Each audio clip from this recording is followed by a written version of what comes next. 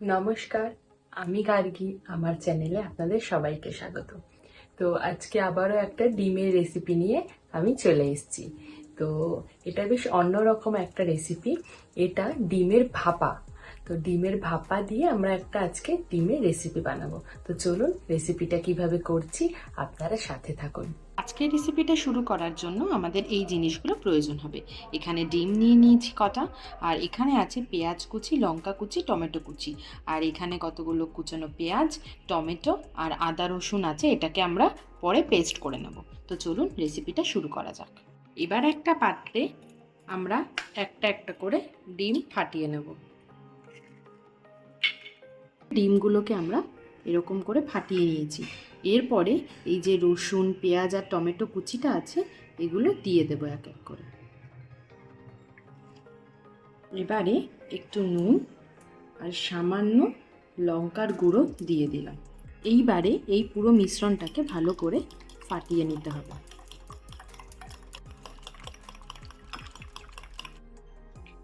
এরপরে আমরা এরকম একটা স্টিলের পাত্র নিয়ে নেব। আমার এখানে স্কোয়ার আছে, আপনারা চাইলে গোল যে বাটিগুলো স্টিলের হয় টিফিন বক্সগুলো সেরকম নিয়ে নিতে পারেন। এবার এটাকে ভালো করে তেলটাকে এর মধ্যে মিশিয়ে নেব। ডিমের মিশ্রণটা দিলে যেন এটা লেগে না যায়, সেই জন্য আমরা এটাকে ভালো করে তেলটা দিয়ে দেব যাতে এটা লেগে না যায়। এরপরে এর মধ্যে এই ডিমের মিশ্রণটা পুরোটা ঢেলে দেব। তেলটা বেশ ভালো করেই মাখিয়ে নেবেন, নইলে ডিমটা পুরোটা লেগে যাবে। সেই হিসেবে তেলটাকে ভালো করে টিফিন বক্সটার সাথে মাখিয়ে নিতে হবে। এবার এটাকে ঢাকনাটা বন্ধ করে দেব। এক্ষেত্রে খেয়াল রাখবেন, আপনারা টিফিন বক্সটা যখন তেলটা মাখাবেন সেই ক্ষেত্রে কিন্তু টিফিন বক্সটা পুরোটাই একদম কোনো যেন জল না থাকে। জল থাকলে কিন্তু যখন এটা তৈরি করবেন তখন কিন্তু অনেকটা প্রবলেম হবে। এবার একটা কড়াইতে আমরা জল নিয়ে নিয়েছি, আর তার মধ্যে একটা এরকম স্ট্যান্ড দিয়ে এই টিফিন বক্সটা দিয়ে দেব। এই জলটা দেখুন টিফিন বক্সের একদম তলার অবধি থাকবে। এই জলটা দিলে এটা আস্তে আস্তে ভাপে ভাপে আমাদের ডিম ভাপাটা তৈরি হয়ে যাবে। এবার এটাকে ঢেকে দিলাম। এটাকে মোটামুটি 30 মিনিট থেকে 35 মিনিটের মতন রেখে দিতে হবে। ফ্লেম মিডিয়াম থাকবে। আমাদের আধ ঘন্টা হয়ে গেছে। এবার গ্যাসটাকে বন্ধ করে দিয়ে আমরা এটাকে তুলে নেব। এবার এটাকে একটু ঠান্ডা হলে আস্তে করে আমরা নামিয়ে নেব। এবার এটাকে একটু ঠান্ডা করার পরে আস্তে করে খুলে নেব। দেখুন কত সুন্দরভাবে ডিমটা হয়ে গেছে। এবার এটাকে একটা পাত্রে নামিয়ে নেব। দেখুন এটাকে বার করে আমরা এরকম লম্বা লম্বা শেপে কেটে নিয়েছি। আপনারা আপনাদের পছন্দ মতন শেপ দিতে পারেন। দেখুন কত সুন্দরভাবে উঠে গেছে। পেছনটাও পড়েনি, যেহেতু আমরা বেশি করে তেল দিয়েছিলাম। খুব সুন্দরভাবে এটা উঠে গেছে। দেখুন সবকটা একটাও লাগেনি, খুব সুন্দরভাবে। আর কতটা সফট হয়েছে জিনিসটা দেখুন। এবার আরেকটা প্যানে একটু সামান্য তেল দিয়ে দিলাম। তারপরে এর মধ্যে একটু দারচিনি, শুকনো লঙ্কা, দুটো এলাচ আর অল্প জিরে দিয়ে দিলাম। এবার এর মধ্যে পেঁয়াজ কুচিটা দিয়ে দিলাম আর সামান্য নুন দিয়ে এটাকে নাড়িয়ে দিলাম।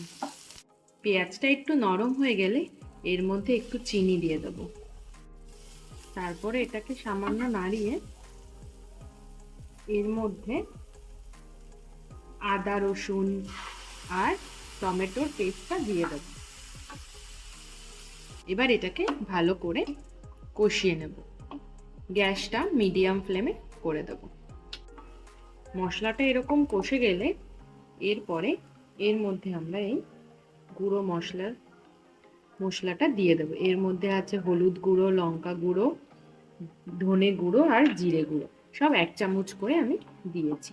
এবার এটাকে ভালো করে নাড়িয়ে নেব যতক্ষণ না মশলার গন্ধটা বেরিয়ে আসে। মশলাটার থেকে এরকমভাবে তেল বেরিয়ে গেলে এরপরে এর মধ্যে একটু গরম জল দিয়ে দেব।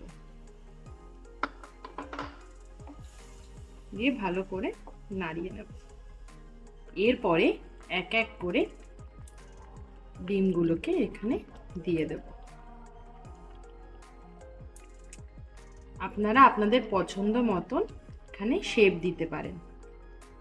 এবার এটাকে ভালো করে ঝোলের মধ্যে মিশিয়ে নেব।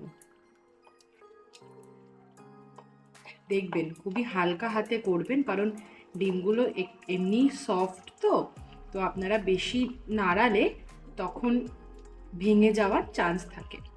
আর আপনারা যদি মনে করেন যে এরকমভাবে বড় শেপে করলে আপনাদের অসুবিধা হচ্ছে, তো আপনারা এটাকে ছোট ছোট পিস করে পনিরের মতন করে বানাতে পারেন। দেখুন ভালোভাবে এগুলো ডুবে গেছে। এরপরে এর মধ্যে একটু কাসুরি মেথি আর দুটো লঙ্কা দিয়ে এটাকে ভালো করে নাড়িয়ে নেব। নাড়িয়ে তারপরে 1 মিনিটের মতন ঢাকা দিয়ে রেখে দেবো। এবার আমাদের 1 মিনিট হয়ে গেছে, এবার এটাকে তুলে নিচ্ছি। দেখুন সুন্দরভাবে আমাদের রেসিপি কমপ্লিট হয়ে গেছে। চলুন এবার এটাকে নামিয়ে নেওয়া যাক। আমাদের রেসিপি কমপ্লিট।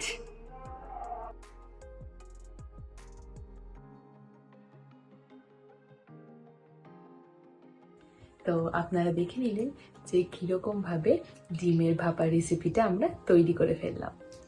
তো আপনারা বাড়িতে ট্রাই করবেন, আশা করি আপনাদেরও ভালো লাগবে।